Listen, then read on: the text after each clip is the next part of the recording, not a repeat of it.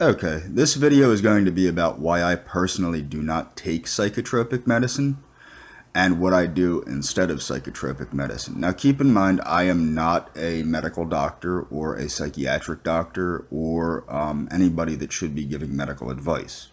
Okay, so again, not a doctor, not a psychiatrist, not somebody to be giving medical advice. Now, the reason I don't take psychotropic medication is because of very bad experiences with psychotropic medication as a child.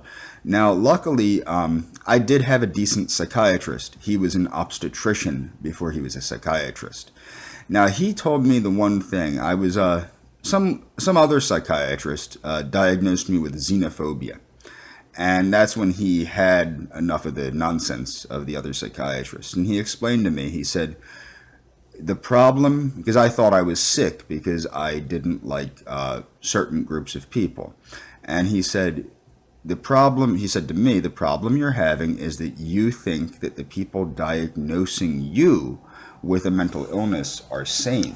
And what he pointed out to me is he said, I can tell you as a psychiatrist that most psychiatrists do not fit into the criteria of what most people would call, quote, sane.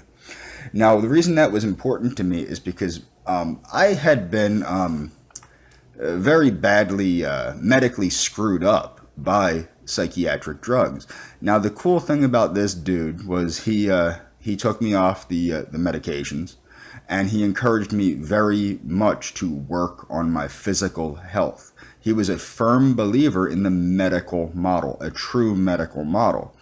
Now, it's with this turning away from the medical aspect of psychiatry, the medical aspect of mental illness, and turning toward this humanistic nonsense, this recovery model, that you see such dependence. It's funny because it should be the reverse, but you see a bigger dependence on chemical restraints and a lack of desire to encourage physical health.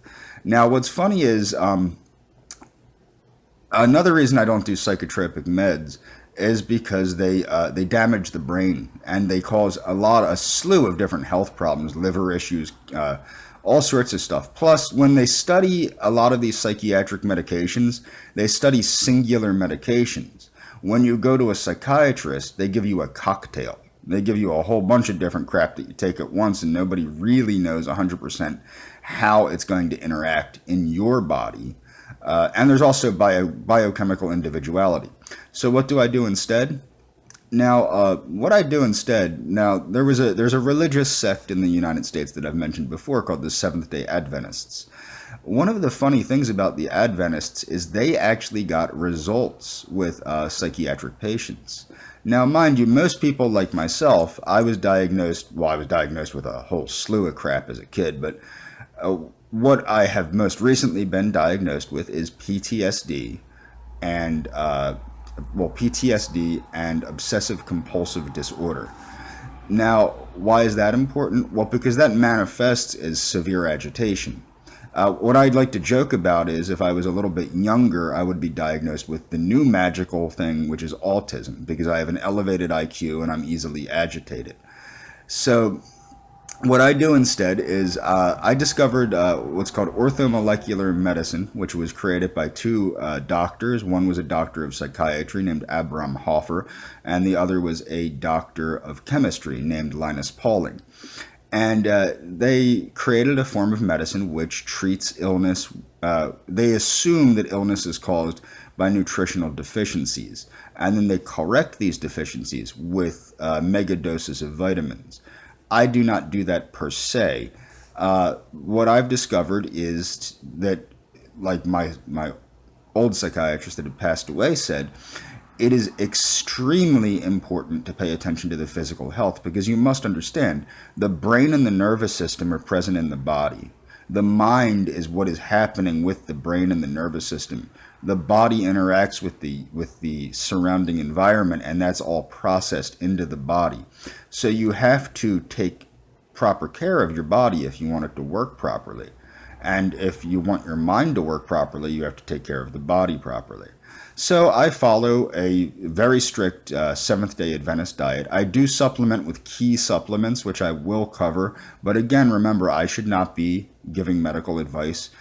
For the mental health issues, the primary medicines, well, not medicines, the primary vitamins and minerals and compounds I take are multivitamin, obviously, with B complex, a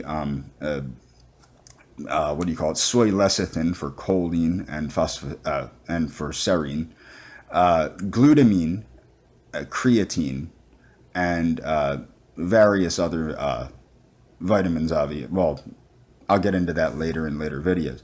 But as far as I found, the most effective thing has been, and this is proven, you can look it up at pubmed.com, the most effective thing has been vigorous physical exercise, very vigorous physical exercise, weightlifting, karate, which karate is it's a plyometrics, strength training through calisthenics, and aerobic. And of course, beyond that, also the very strict vegan diet with no added fats, which is not just the Adventist diet, but taking it a step further to Dr. McDougall's starch solution and beyond, experimenting with the different pre-Columbian diet, Zulu diet, and other primitive diets that clearly these diets have been shown to have the greatest impact on health. But obviously strict veganism, no added fats except for nuts, seeds, and things of that nature, but no expressed fats, and taking key supplements. I would highly recommend that people read, Dr. Daniel Amen's books, but don't follow his dietary advice. The dietary advice, which is very high protein, high fat, is not true. I do recommend looking into veganism and Adventism. And that's about all I got for this video.